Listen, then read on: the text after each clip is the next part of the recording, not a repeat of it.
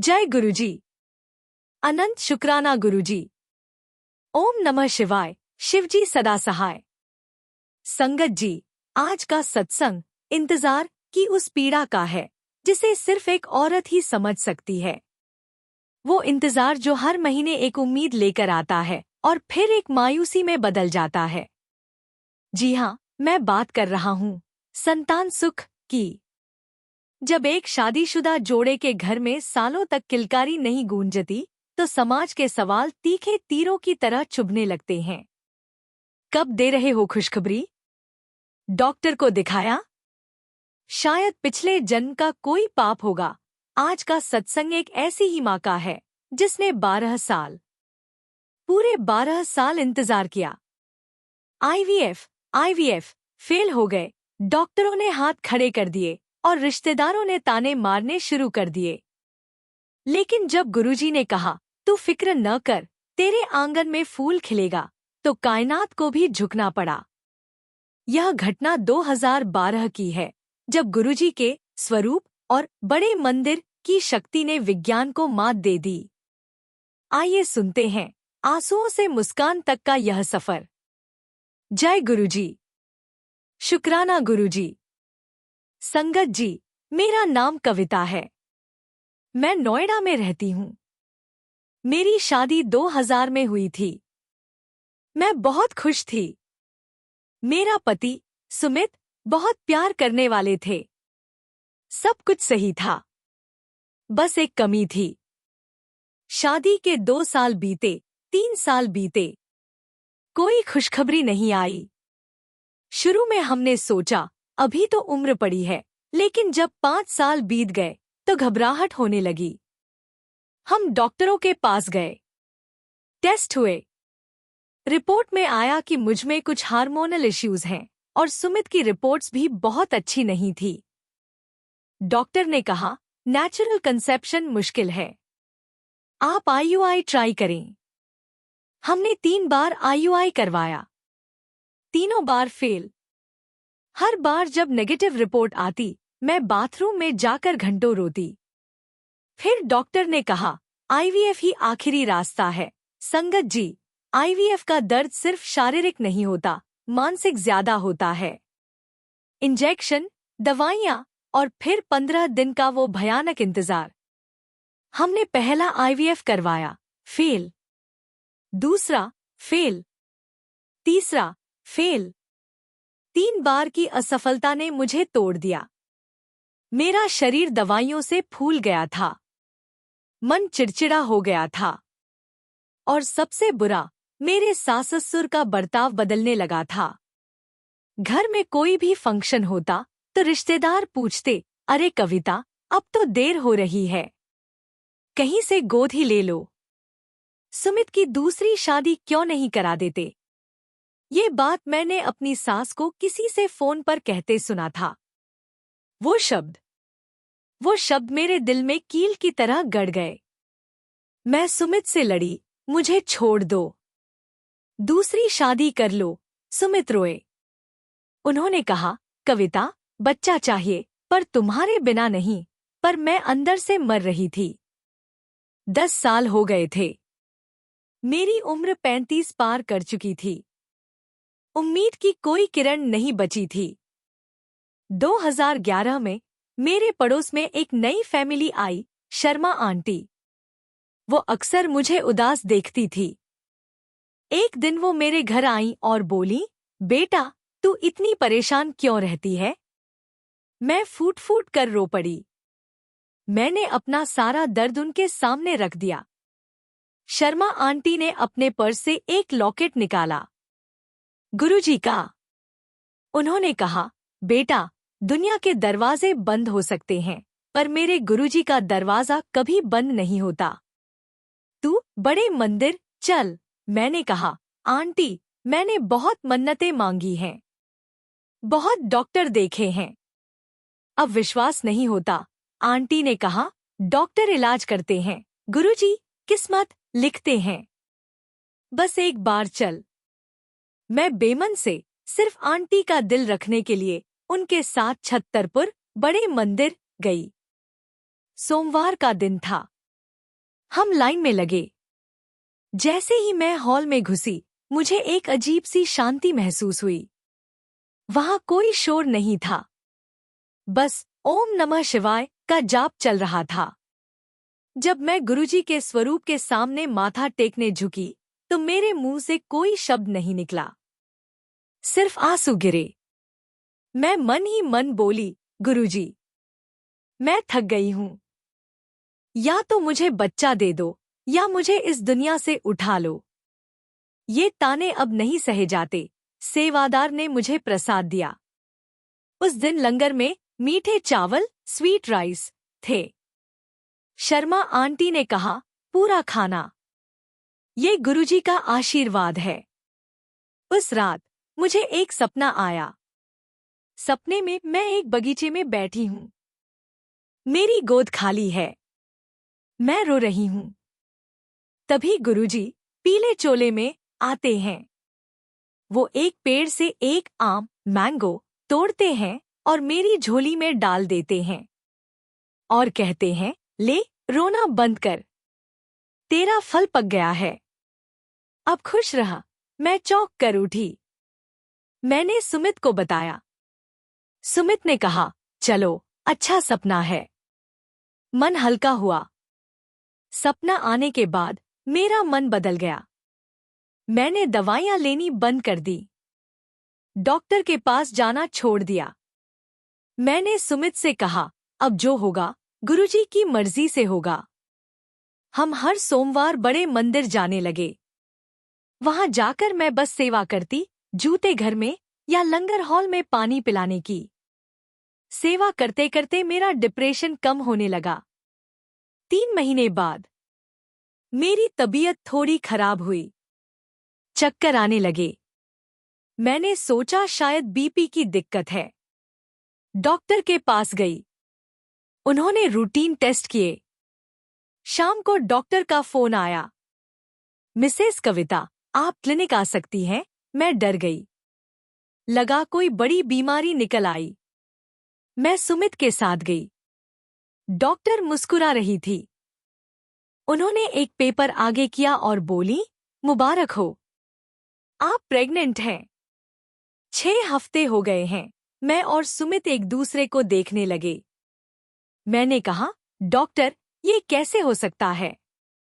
मेरी रिपोर्ट्स, मेरे हार्मोन्स। आपने तो कहा था इम्पॉसिबल है। डॉक्टर ने हाथ जोड़ लिए।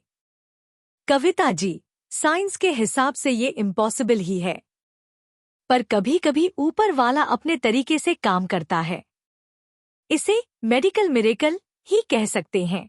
मैं क्लिनिक में ही रो पड़ी। मुझे गुरुजी का सपना याद आया, तेरा फल पक गया है। मेरी प्रेगनेंसी आसान नहीं थी। उम्र ज्यादा थी, कॉम्प्लिकेशंस थे। डॉक्टर ने कहा, बेड रेस्ट, बहुत रिस्की है। पर मैंने अपने तकिए के नीचे गुरुजी का स्वरूप रखा। मैं रोज उनसे बातें करती, गुरुजी, ये आपकी अमानत है, आप ही संभालो। पूरे 9 महीने मुझे कई बार ब्लीडिंग हुई, कई बार डर लगा, पर हर बार रिपोर्ट नॉर्मल आती। जुलाई 2013 में मेरे घर एक बेटे का जन्म हुआ। जब नर्स ने उसे मेरी गोद में दिया, तो मैंने सबसे पहले उसके माथे पर गुरुजी का लॉकेट लगाया। वो बिल्कुल स्वस्थ था। हमने उसका नाम रखा अनमोल, क्योंकि वो सच में अनमोल था। मेरे सास-ससुर, जो कल तक ताने मारते थे, आज पोते को गोद में लेकर रो रहे थे। मेरा घर, जो कल तक शमशान जैसा शांत था, आज किलकारियों से गूंज रहा था। डिलीवरी के बाद डॉक्टर ने मुझसे कहा, कविता, सच बताऊं? तुम्हारी यूट्रस की कंडीशन ऐसी थी कि बच्चा ठहरना नामुमकिन था। ये बच्चा कैसे 9 महीने टिका रहा, ये मैं अपनी मेडिकल बुक्स में नहीं समझा सकती। मैंने मुस्कुराकर कहा, डॉक्टर, ये किताबों वाला बच्चा नहीं है, ये अरदास वाला बच्चा है। संगत जी, सत्संग आगे जारी रहेगा, परंतु पहले एक अत्यंत महत्वपूर्ण सेवा संदेश आपसे विनम्रतापूर्वक साझा करना आवश्यक है। इस चैनल का उद्देश्य केवल कथन, उपदेश या प्रेरणा देना नहीं है, बल्कि वास्तविक धरातल पर जीवन बदलने वाली सेवा को निरंतर चलाना है। इस समय यहाँ एक निरंतर अन्न सेवा संचालित हो रही है, जिसमें ऐसे जरूरतमंद भाई बहनों, श्रमिक परिवारों और छोटे छोटे मासूम बच्चों तक भोजन पहुँचाने का प्रयास किया जाता है, जो कई बार खाली पेट सोने को मजबूर हो जाते हैं। संगत जी, एक प्लेट भोजन किसी के लिए सिर्फ खाना होता है, लेकिन किसी के लिए जीवन की उम्मीद, सुरक्षा और दुआ बन सकता है। अगर आपका हृदय इस सेवा से जुड़ना चाहे, तो आप अपनी श्रद्धा और भाव के अनुसार इस पवित्र कार्य में सहभागिता कर सकते हैं। शास्त्रों में स्पष्ट कहा गया है, सेवा वह पुण्य है जो मनुष्य के कर्म भंडार को उज्जवल करता है और अदृश्य संकटों को दूर करता है। किसी के पेट में भोजन पहुंचना मात्र कर्म नहीं, बल्कि ईश्वर तक पहुंचा प्रेम संदेश है। कहते हैं कि सेवा में दिया गया अन्न दुआ बनकर लौटता है और जीवन की राहों को सहज बनाता है। जब स्क्रीन पर QR कोड दिखाई दे, तो इस सरल प्रक्रिया का पालन करें।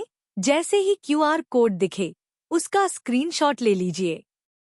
अपने मोबाइल की गैलरी खोलकर वही इमेज सिलेक्ट करें। अपने किसी भी UPI ऐप में स्कैन फ्रॉम गैलरी विकल्प चुनें। श्रद्धा अनुसार सेवा राशि भेजकर अन्न सेवा सहयोग पूर्ण करें। आप अपनी भावना के अनुसार सेवा राशि से जुड़ सकते हैं। याद रखिए, धन से दी गई सेवा पेट भरती है और भाव से दी गई सेवा पाप, बाधा और भय से रक्षा करती है। संगत जी, जहाँ सेवा होती है, वहाँ कृपा जन्म लेती है। जहाँ दया बहती है, वहाँ असीम आशीर्वाद प्रवाहित होता है। शुक्राना, आभार, प्रणाम। जय गुरुजी। संगत जी, संगत जी, आज अनमोल 10 साल का है। वो पढ़ाई में भी अच्छा है और शरारती भी। हर साल उसके जन्मदिन पर हम सबसे पहले बड़े मंदिर जाते हैं, लंगर करवाते हैं। मैं उन सभी औरतों को देखती हूँ जो वहाँ मेरी तरह रोती हुई आती हैं। मैं उनके पास जाती हूँ और कहती हूँ, बहन रो मत, तेरी अरदास लाइन में है। जब वो देगा तो ऐसा देगा कि दुनिया देखती रह जाएगी। इस सत्संग से मैंने यह सीखा, हार मत मानो। 12 साल लंबा समय होता है, पर गुरुजी के घर देर है, अंधेर नहीं। दवा से बड़ी दुआ। जब विज्ञान हाथ खड़े कर दे, तो अध्यात्म शुरू होता है। मैंने दवा छोड़ी, गुरुजी का हाथ पकड़ा और काम हो गया। सेवा का फल, बड़े मंदिर में की गई सेवा कभी खाली नहीं जाती। वो आपके कर्मों को काटती है। संगत जी, कविता आंटी का यह सत्संग उन हजारों जोड़ों के लिए आशा की किरण है जो संतान सुख के लिए तड़प रहे हैं। गुरुजी कहते हैं, मैं वो दे सकता हूँ जो तेरी लकीरों में नहीं है। बस तू मांगना मत छोड़, विश्वास मत छोड़। अगर आप भी IVF फेल होने से, डॉक्टरों के चक्करों से थक चुके हैं, तो एक बार अपनी फाइल गुरुजी के चरणों में रख दीजिए। उनका प्रसाद और उनकी सेवा सबसे बड़ी IVF है। संगत जी, अगर इस सत्संग ने आपकी उम्मीद को फिर से जगाया हो, तो कमेंट बॉक्स में सच्चे दिल से लिखिए, तेरी रहमत के आगे सब मुमकिन है। जय गुरुजी। और इस वीडियो को उन माताओं बहनों के साथ जरूर शेयर करें जो सूनी गोद का दर्द सह रही हैं। शायद यह सत्संग उनके लिए वो सपना बन जाए जो सच होने वाला है। जय गुरुजी। अनंत शुक्राना गुरुजी। ओम नमः शिवाय। शिवजी सदा सहाय। संगत जी, कमेंट बॉक्स में एक बार दिल से लिखिए, गुरुजी ने मेरी सुन ली। और इस वीडियो को लाइक जरूर करें, क्योंकि जितना प्रेम आप देंगे उतनी ही कृपा आप पर बरसेगी। संगत जी, आइए आज एक और प्यारा सा सत्संग सुनते हैं, जो हमें गुरुजी की परम कृपालु और आशीर्वादित संगत से प्राप्त हुआ है। जय गुरुजी। अनंत शुक्राना गुरुजी। ओम नमः शिवाय। शिवजी सदा सहाय। संगत जी, आज का सत्संग माफी और प्रायश्चित की एक बहुत ही गहरी सत्संग है। हम अक्सर सोचते हैं कि अगर हमने जीवन में कोई बहुत बड़ी गलती कर दी, कोई ऐसा पाप कर दिया जिससे किसी का दिल दुख गया, तो अब हमारा कुछ नहीं हो सकता। हमें लगता है कि भगवान अब हमें कभी माफ नहीं करेंगे। आज की सत्संग एक ऐसे पिता की है जिसने अपने ही अहंकार में अपनी बेटी का घर उजाड़ दिया था। एक ऐसा पिता जिसने अपनी बेटी से 8 साल तक बात नहीं की, सिर्फ इसलिए क्योंकि उसने अपनी मर्जी से शादी की थी। लेकिन जब बुढ़ापे में बीमारी ने घेरा और जब उसी त्यागी हुई बेटी ने सहारा दिया, तब उस पिता की रूह कैसे कांपी और कैसे गुरुजी ने एक पत्थर दिल इंसान को मोम बना दिया। यह घटना 2005 की है, जब गुरुजी के साक्षात दर्शन और उनकी कड़ी फटकार ने एक परिवार को टूटने से बचाया। आइए सुनते हैं अहंकार के टूटने और रिश्तों के जुड़ने की यह भावुक गाथा। जय गुरुजी। शुक्राना गुरुजी। संगत जी, मेरा नाम बलदेव सिंह है। मैं दिल्ली के राजा गार्डन इलाके में रहता हूँ। मैं एक रिटायर्ड आर्मी ऑफिसर हूँ। फौज में रहने के कारण मेरा स्वभाव बहुत सख्त था। अनुशासन मेरे लिए भगवान था। मेरे घर में मेरी मर्जी के बिना पत्ता भी नहीं हिलता था। मेरी एक ही बेटी थी, सिमन। मैं उसे जान से ज्यादा प्यार करता था। मैंने उसके लिए बहुत सपने देखे थे। मैं चाहता था कि उसकी शादी किसी बड़े फौजी अफसर से हो। 1997 की बात है। सिमन ने मुझे बताया कि वो कॉलेज के एक लड़के, रोहित, से प्यार करती है। रोहित एक साधारण बैंक कर्मचारी था। न कोई बड़ी पोस्ट, न कोई बड़ा खानदान। मेरा फौजी खून खौल उठा। मैंने सिमन को साफ कह दिया, अगर तूने उस लड़के से शादी की तो मेरे लिए तू मर गई। सिमन ने बहुत रोया। उसने मेरे पैर पकड़े। पापा, वो अच्छा लड़का है, हम खुश रहेंगे, पर मैंने उसे धक्का दे दिया। आखिरकार सिमन ने अपनी मर्जी से मंदिर में शादी कर ली। जिस दिन वो घर से गई, मैंने अपनी पत्नी से कह दिया, आज के बाद इस घर में सिमन का नाम नहीं लिया जाएगा। अगर तुमने उससे छुपकर भी बात की तो मुझे मरा हुआ देखोगी।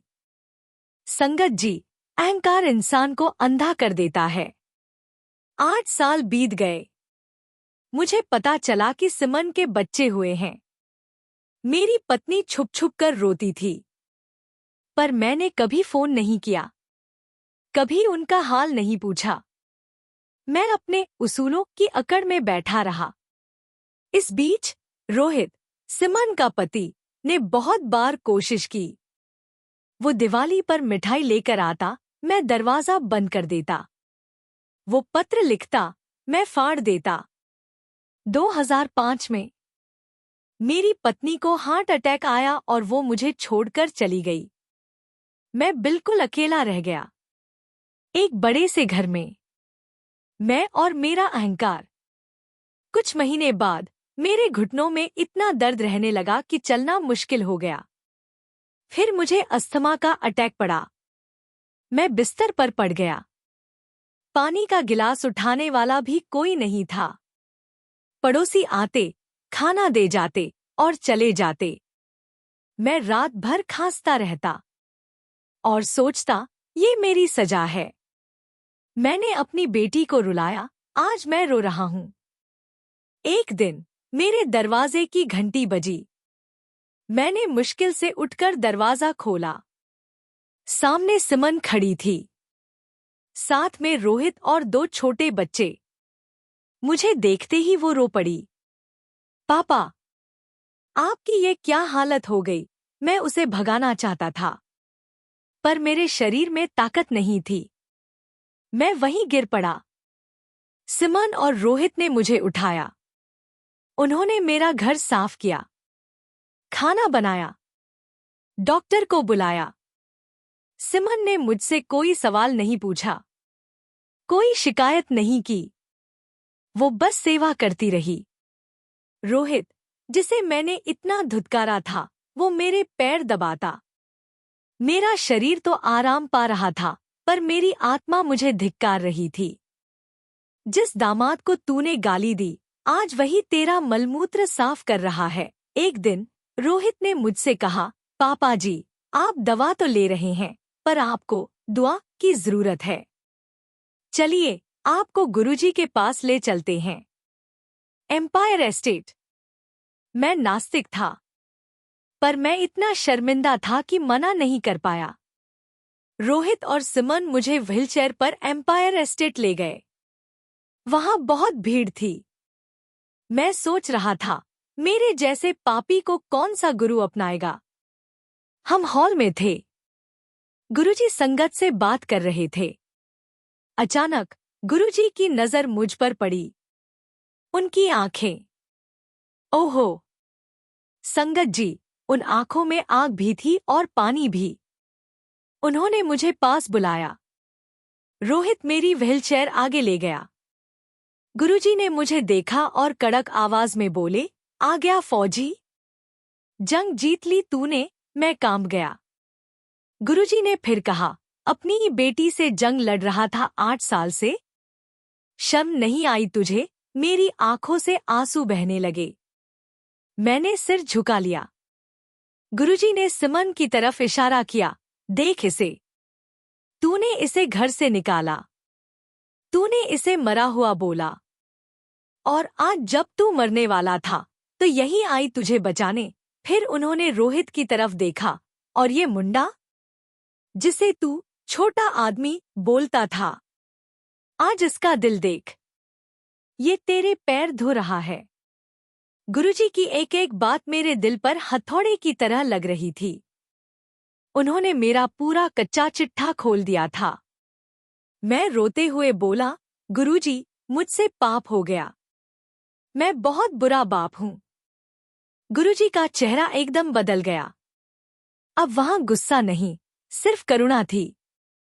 उन्होंने कहा, पाप तो तूने बहुत बड़ा किया है फौजी, पर तेरी बेटी के आंसुओं ने तुझे बचा लिया। इसकी सेवा ने तेरे कर्म काट दिए। फिर उन्होंने एक सेवादार को बोला, इसे काली चाय पिलाओ। इसका अंदर का जहर, अहंकार और बीमारी बाहर निकालना है। मुझे वो चाय पिलाई गई। जैसे ही मैंने वो चाय पी, मुझे लगा मेरे सीने से कोई भारी पत्थर हट गया है। मेरी सांस, जो महीनों से अटक रही थी, वो खुल गई। गुरुजी ने मेरे घुटनों पर एक छड़ी हल्का सा मारी और बोले, खड़ा हो। ड्रामा बंद कर। संगत जी, आपको यकीन नहीं होगा। मैं, जो महीनों से चल नहीं पा रहा था, मैं कांपते पैरों पर खड़ा हो गया, बिना सहारे के। हॉल में बैठी संगत ने जय गुरुजी का जयकारा लगाया। सिमन मेरे पैरों में गिर गई। मैंने उसे उठा लिया और 8 साल बाद पहली बार अपनी बेटी को गले लगाया। गुरुजी ने मुझे कहा, अब घर जा। और याद रख, बेटी पराया धन नहीं होती, बेटी बुढ़ापे की लाठी होती है। इसकी कद्र कर। हम घर वापस आए। उस दिन के बाद मैं कभी अकेला नहीं रहा। सिमन और रोहित मेरे साथ ही रहने लगे। मेरे नाती पोते मेरे साथ खेलते हैं। मेरा अस्थमा, मेरे घुटनों का दर्द सब गायब हो गया। पर सबसे बड़ा इलाज मेरे दिमाग का हुआ। मेरा अहंकार खत्म हो गया। आज मैं 75 साल का हूँ। मैं रोज सुबह उठकर गुरुजी के स्वरूप के आगे हाथ जोड़ता हूँ और कहता हूँ, गुरुजी, आपने मुझे सिर्फ टांगे नहीं दी, आपने मुझे मेरा परिवार दिया। आपने मुझे इंसान बना दिया। रोहित, जिसे मैं नफरत करता था, आज वो मेरे लिए श्रवण कुमार है। ये सब गुरुजी की रहमत है। इस सत्संग से मैंने यह सीखा, अहंकार रिश्तों का दुश्मन है। अपनी अकड़ में हम अपनों को खो देते हैं। झुकना सीखो। बेटियों का महत्व। बेटा शायद एक बार मुंह मोड़ ले, पर बेटियां कभी माँ बाप को नहीं छोड़ती, चाहे आपने उनके साथ कैसा भी सुलूक किया हो। गुरु की डांट में प्यार। गुरुजी ने मुझे सबके सामने डांटा, पर उसी डांट ने मेरा मैल धो दिया। वो डांट नहीं, वो आशीर्वाद था।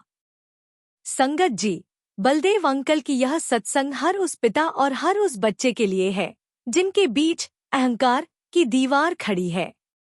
गुरुजी कहते हैं, गलती करना इंसान का काम है, माफ करना भगवान का।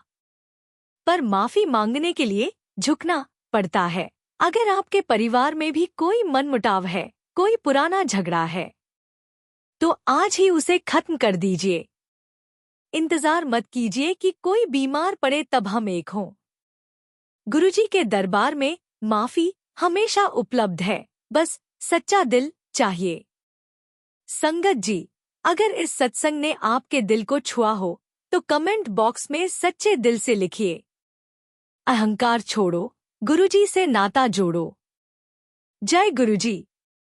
और इस वीडियो को उन लोगों के साथ जरूर शेयर करें जो अपने परिवार से रूठे हुए हैं। शायद यह सत्संग किसी सिमन को उसके पापा से मिलवा दे। जय गुरुजी। अनंत शुक्राना गुरुजी। ओम नमः शिवाय। शिवजी सदा सहाय।